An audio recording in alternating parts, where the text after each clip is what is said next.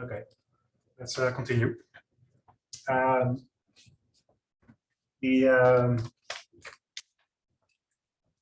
Basically the introductory remarks that we already discussed. The take that I want to make on the diffusion approximation today is that it is really just a simplification of that complex radiative transport equation. 3D version we could not really work with because of the amount of variables. The 1D gave some results that were actually also can be extrapolated to 3D, but of course, if you want to model complex geometries or more difficult questions, then we're not going to do that with a 1D model. So there is need for another approach, and that is the diffusion approximation. The plus sides are that it is quick in the sense that you can perform these calculations quite fast. You don't need lengthy multicolor simulations, for example. It's generally very useful, but generally that relates to the drawbacks. That I'll come to in a moment. There's a couple of ways to derive it. I'm going to derive it a little bit with large steps. You can also do it very formally, starting with the RTD itself and then derive it. That's good. It also has a solid physical basis. It's also fine. The less not so good points are that it does not work very well near light sources. We'll see why that is in a moment. It's also not very suitable for tissues that have a very high absorption coefficient. So I think blood or something. But we'll see why that is.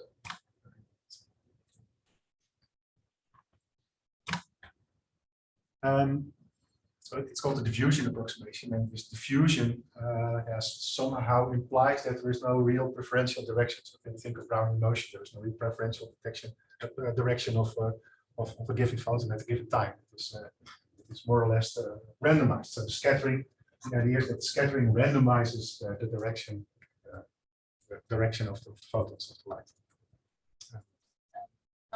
Doesn't depend on the energy of the photon? No, it's just a general.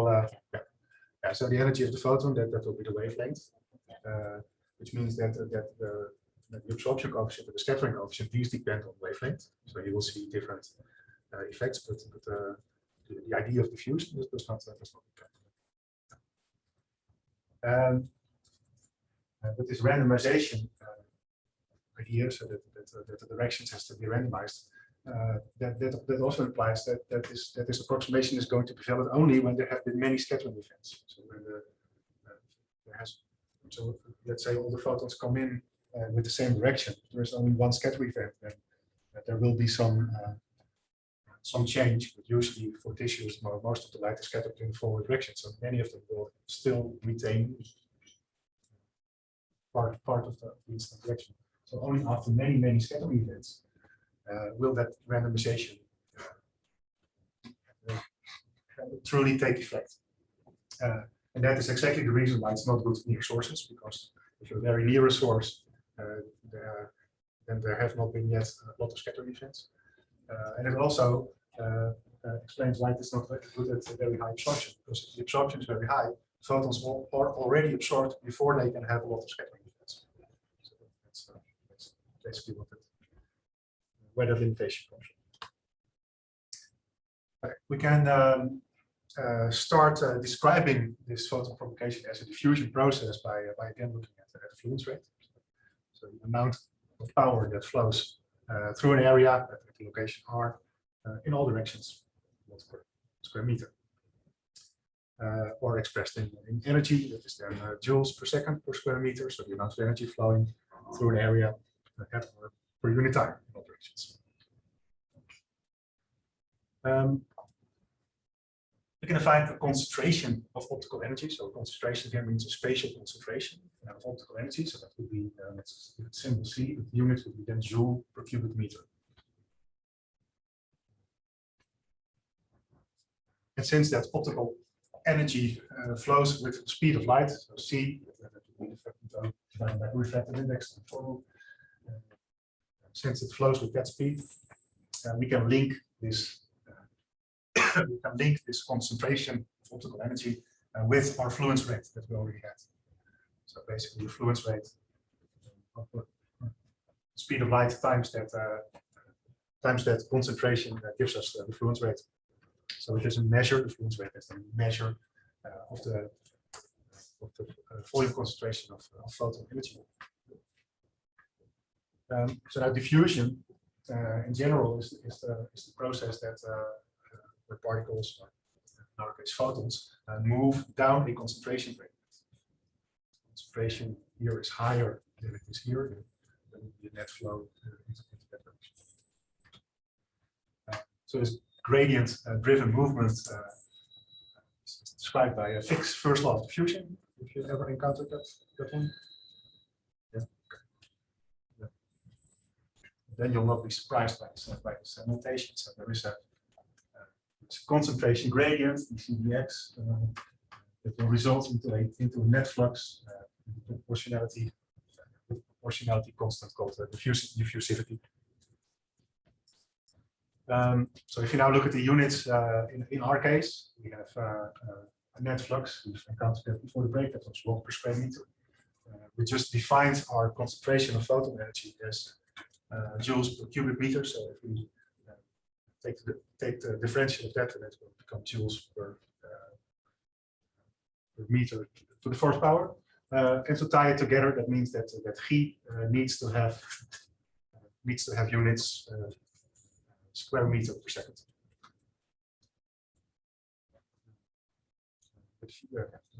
Diffusivity. So if you combine that with the speed of light c, so split this diffusivity G in speed and a constant d, the diffusion coefficient, then we see that d will have units of meters. Diffusion coefficient.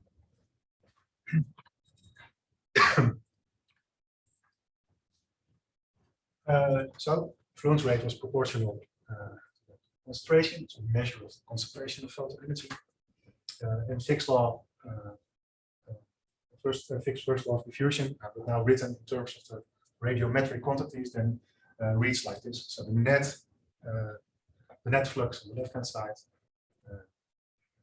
is proportional to the derivative of the fluence rate and the VDR, and the proportionality constant is this diffusion coefficient.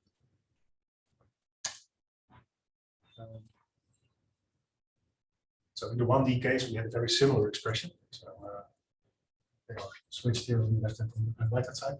We had an intermediate result that said that the VDX, the derivative of fluence rate, was proportional to the net flux, and then with proportionality given by the absorption coefficient and the backscatter coefficient. So if you compare these two, that implies that for a 1D diffusion coefficient, bring it to the website and take the reciprocal, that for the 1D diffusion coefficient, we can expect an expression something like that. Or if you want, in terms of the effective attenuation coefficient, you could do that as well. All right. So basically, this more or less is the main result. Now the question is, as I said, it can also be derived from the RTE. I'm not going to go through all steps, but just illustrate how that goes. So here is the RTE again. First, a couple of simplifications. We assume a homogeneous, infinite medium, so no boundaries at all. It stretches in all directions. I guess because of that, there will be spherical symmetry inside.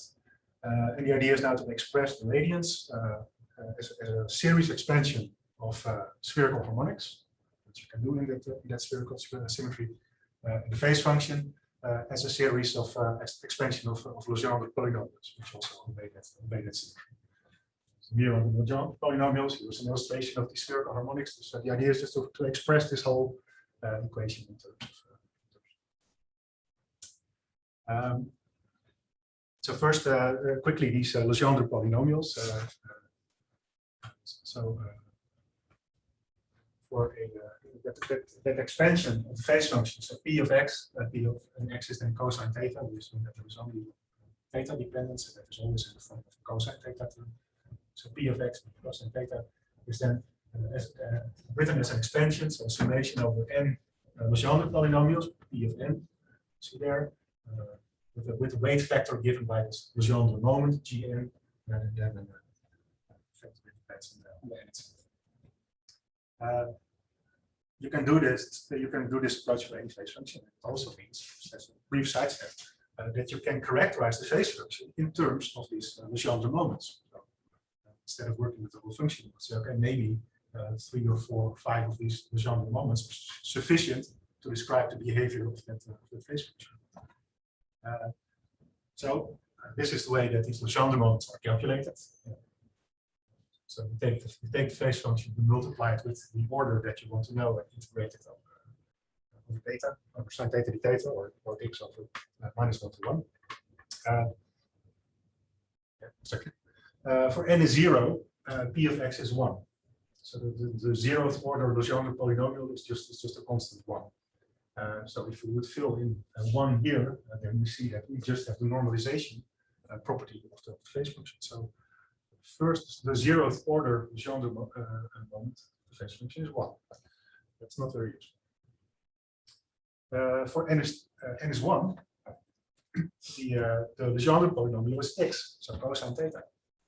So that means that if we calculate p of x times x dx, we are calculating the average cosine of the Photon scattering, or the scattering isotropy that we encountered before. So the first Legendre moment is the scattering isotropy. And you can go on, you can calculate higher order moments as well. What that leads to, expressing this RTE and expressing the radiance and spherical harmonics in the phase function in Legendre polynomials, is that we get what are called symmetry relation. So if we do an n-term expansion, so let's say 20 terms in the spherical harmonics and 20 terms in the Legendre polynomials, we get 20 expressions that express some kind of equivalence. What this means is that if you have a piece of tissue or a piece of material that has a set of properties, so scattering coefficient US, and a set of Legendre moments that characterize the phase function, and you have a second tissue that has different values, so different scattering coefficient and different Legendre moments. If these equations hold, so if the μs times 1 minus d for the first set equals the μs prime times 1 minus d for the second set, etc. for all these ones. If that happens, they give exactly the same optical response. So even though the properties are different, if these equivalences hold, then they would give exactly the same results. So the same fluence rate, the same radiance, the same reflection, the same, etc.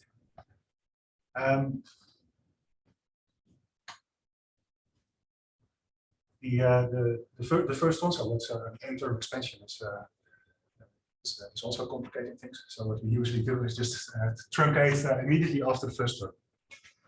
So only this first relation remains in place. So if we have, it becomes if we have two tissues, each with their own scattering coefficient and each with their own scattering anisotropy.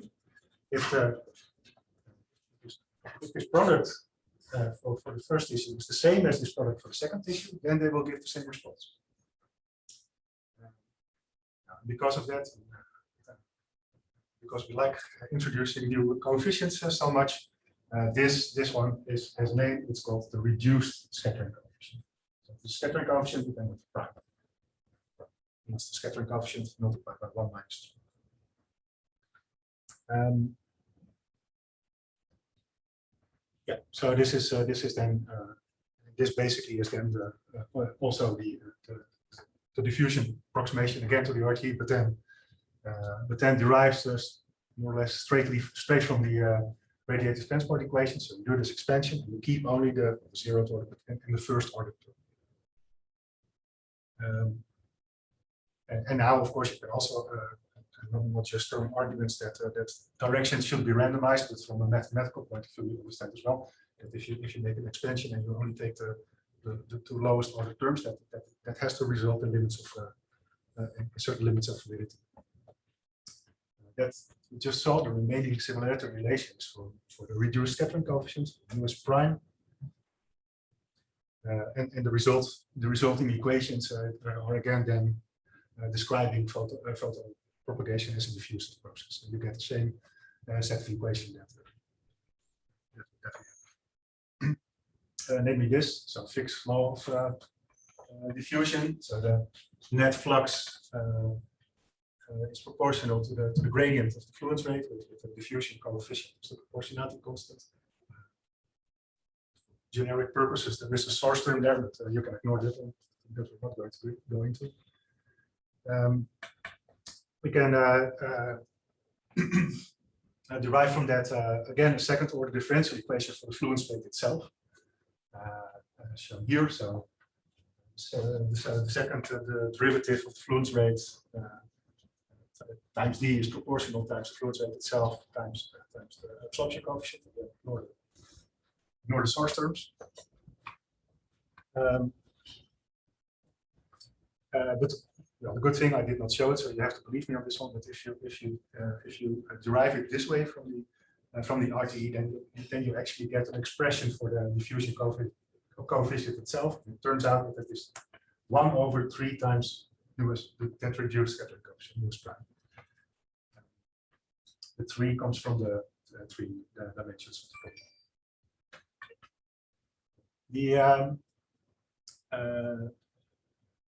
The reduced scattering coefficient has an you can give an alternative interpretation to it. So the formal interpretation would be in terms of these similarities. But if you now look at what happens in the tissues, so take a photon path for tissue that has a high scattering coefficient and that has also pretty high value for scattering anisotropy. So that would mean that the step sizes will be small on average because the scattering coefficient is high, and also the deflections from that from the path will also be small because the anisotropy is so high. So you would get let's say a path of this, so many small steps under many small angles.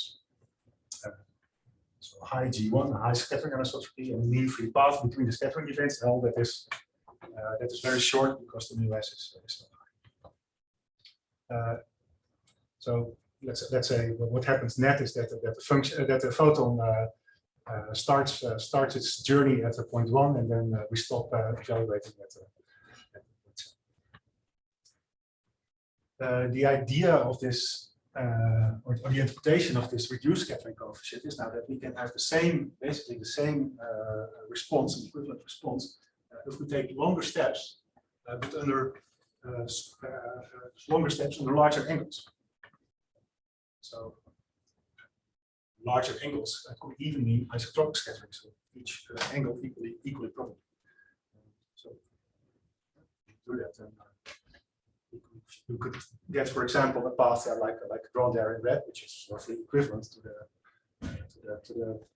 many steps with small angles. And here, now the equivalent step length between these not real events but effective events is then 1/US prime.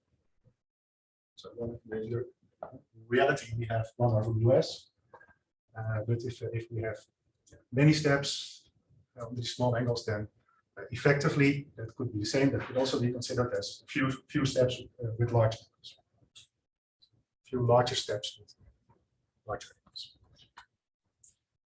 Okay. So some key results that can be derived from this diffusion equation. So we can solve this second order differential equation for fluence rate inside that big, say, infinite medium, as a function of location in the medium and as a function of time. So we have an isotropic point source that emits light at t is 0 in that location. acceleration r, and at position is 0, and then this equation describes that at a distance r from that source, and at the time t from that point emission how the fluid spectrums. So you see there in green highlighted or terms that have the speed of light times t, so that is a distance. So we can make that substitution. So instead of c times t, we write L. So it's now, so r is the distance from the source to where we evaluate, and L is then the length that the photons have taken to get there. It does not necessarily have to be the same. So what you see there on the end is a exponential minus mu a times L. So that is basically a Beer type expression that accounts for absorption. So absorption, basically what it says is that the absorption of light takes place along the path that the photons travel through the tissue. We've seen that before. And we can also look at not a time resolved response, but at a steady state response. So the light is now always on. And then the time dependence falls out. It simplifies it further to this expression. So again, an exponential decay with an effective attenuation coefficient here. The definition is of course a little bit different than in the 1D case, but very similar. So mu a in there, the absorption coefficient, and mu is prime, so not US, not G, with a combination.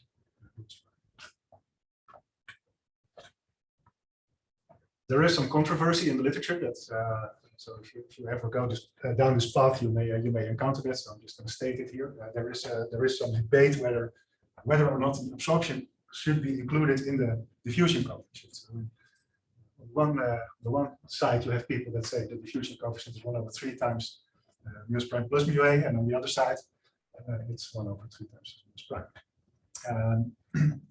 The problem. Perhaps stoked the controversy is that if you do the derivation when you have absorption as a loss mechanism, it appears. That whole complex derivation where you expand in all these polynomials and spherical harmonics, etc. In the end, it appears. So then it's a good argument. On the other hand, if you do that same derivation without absorption, then of course it does not appear.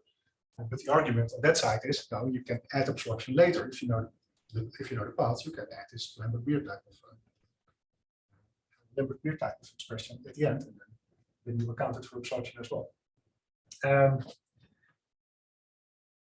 So the controversy still exists. There is one argument that I particularly like that makes me choose that side.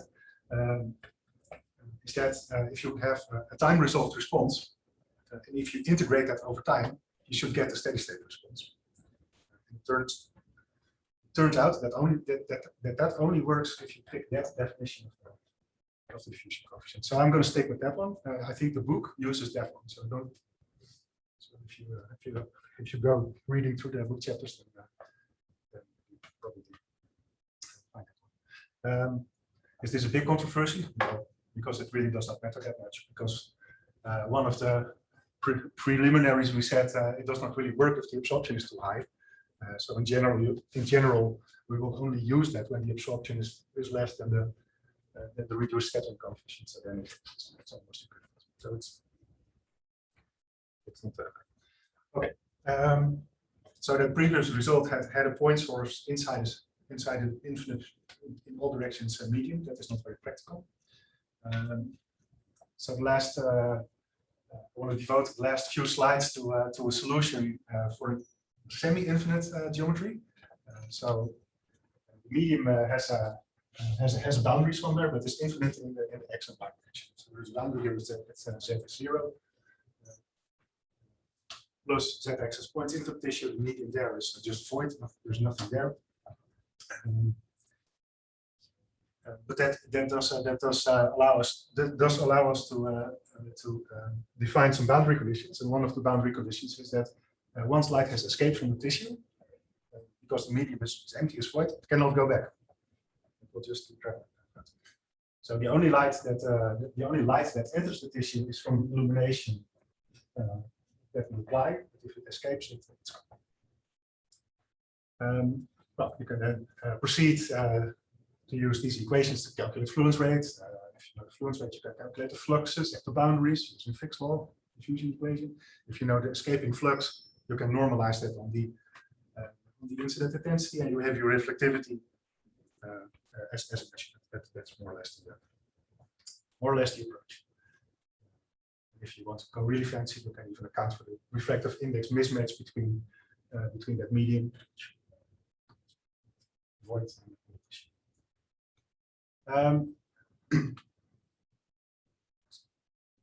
the way of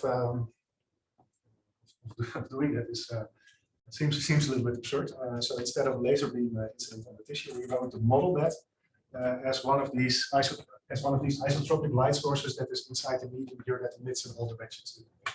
But that is the solution that we have. So we're going to model. We're going to pretend. So there is a laser beam illuminating this tissue, but we're going to pretend that all the light originates from all the light. No, not all light, because if we would do this, then the boundary conditions would be violated. So what we need to do is place a mirror source somewhere here that also emits light isotropically to fulfill the boundary conditions. If we replace a laser beam with one hypothetical point source, we can also have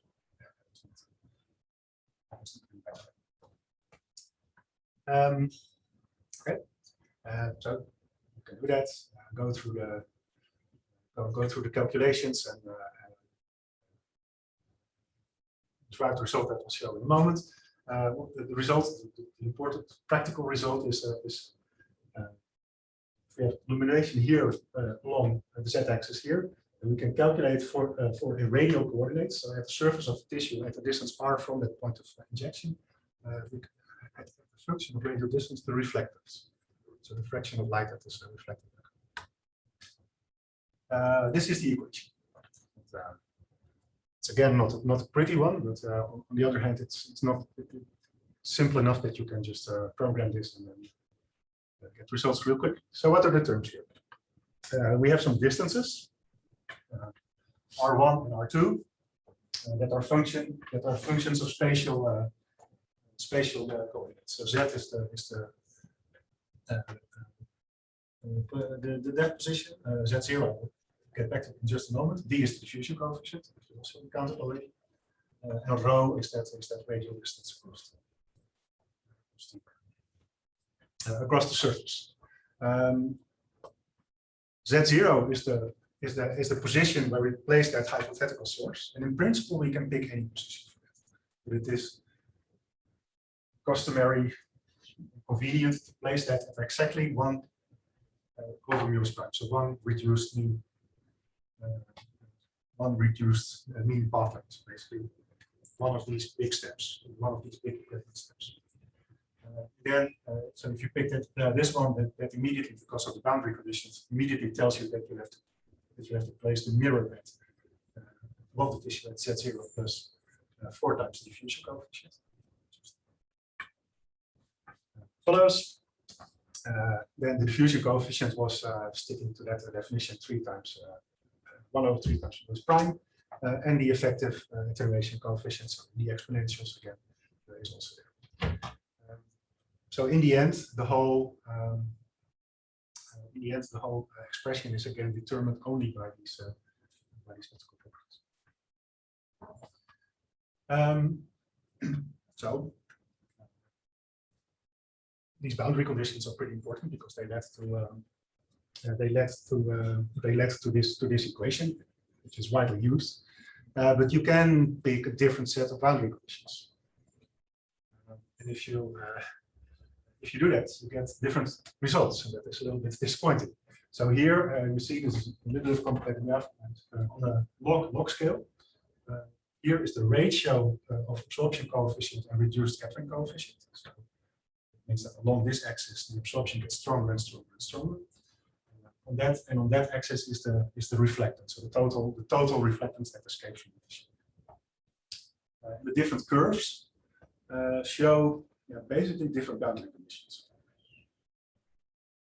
So I also put the 1D transport in there that we saw before the break, just to compare how that performs.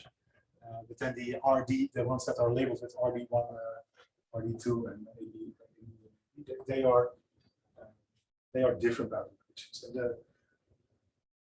the annoying thing is that each of these are reasonable. These are physically reasonable boundary conditions, but still they give different results. So you can debate over why that is, but essentially I think it is because of this truncation. If you would have taken higher order terms and then applied the same boundary conditions, my guess is that then the curves would be closer together. Of course, if we encounter something like this, we have a theory that says different things, and we have no real physical ground to reject that. Well, maybe the 1D we can reject, but the other ones, there is no reason to reject them. Then we have to do measurements to find out which one's true. Well, that did not really help because the accuracy with which we can measure these things is not high enough. So here you see that the dots here are experiments actually. For a medium that has a strong weak reduced scattering coefficient, it's the open symbols, and a medium that has a strong reduced scattering coefficient, or the solid symbols. This one probably fails, this one probably fails as well, but picking between the black and the blue one it's not obvious from this. So that is still a problem that also limits the applicability of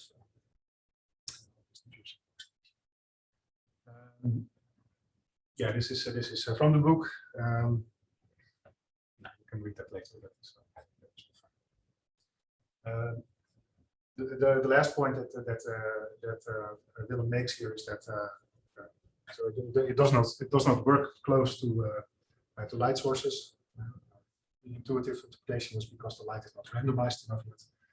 But then you could ask yourself, yeah, what is then a sufficient distance for this approximation to hold? Well, there are some rules of thumbs. I like this one because it's really simple. That is that if the path length traveled by the photon is larger than 4 over the reduced scattering coefficient, then you should be safe. And that means that if you have, let's say, if you would have a geometry, so tissue here, a fiber here, and a fiber here. Well, the very unlikely shortest path length that the photon could take would be from here directly to here. So if you would say that if you make this distance, if you make that distance d larger than 4 times far over the newest prime that you expect, then probably you're safe. If you bring them closer together, then you may hit these limits of fluidity. So in the last lecture at Johannes, before that, we looked at this. Technique that used one single fiber to inject light and to detect it. For sure, this diffusion theory is not right. Yeah, and the conclusion here is that trying to basically physically describe the propagation in built tissue, we can derive the power balance, the radiative transport equation, which is an exact result. We did not need to do the approximation. But unfortunately, it's very difficult to solve. You can do that basically only in the simplest conditions. We did it in 1D, here numerically, analytically. If you want to do it numerically in the computer, you would also have to measure. So that is being done, but it's not completely useless. But for practical day-to-day use, the diffusion approximation is then more popular. It's simple solutions. Even though the equations sometimes look a little bit unwieldy, they can be solved pretty quickly. For reflectance, something that you can measure. For fluence rates, something that you would need to know or want to know. They're invertibles. If you have a set of measurements, you can derive optical properties from these equations. So that's all benefits. The drawback is that range of validity is somewhat limited. So if you have short source detector separations, which you will automatically get if you want to miniaturize optics, for example, to come into the body, then you would have to look for different solutions. So these are some questions that you can mull about at home. That's all I wanted to say about transport and diffusion. Questions?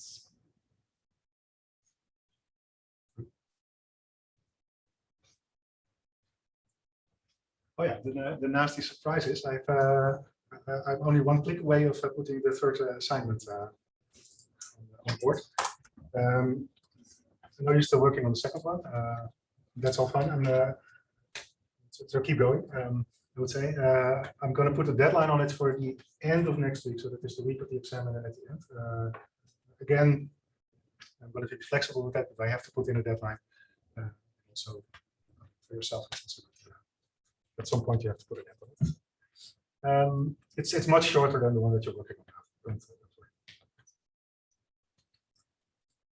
All right. What's it about? Like, This yeah, no, not this, about that single fiber.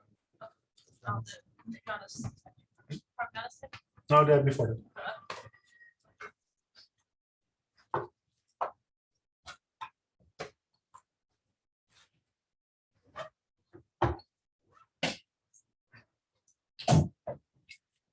So one quick question. So what I want to do Friday is basically do the most important topics and talk a little bit about the exam.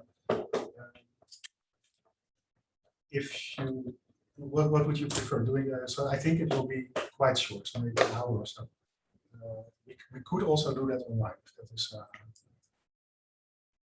I think most of us have an exam in the morning. Yeah. So yeah, you're doing it anyway. Okay, then that's in that case, let's do it in person. Is there also a practice exam? Yeah, I'm gonna bring that. Yeah.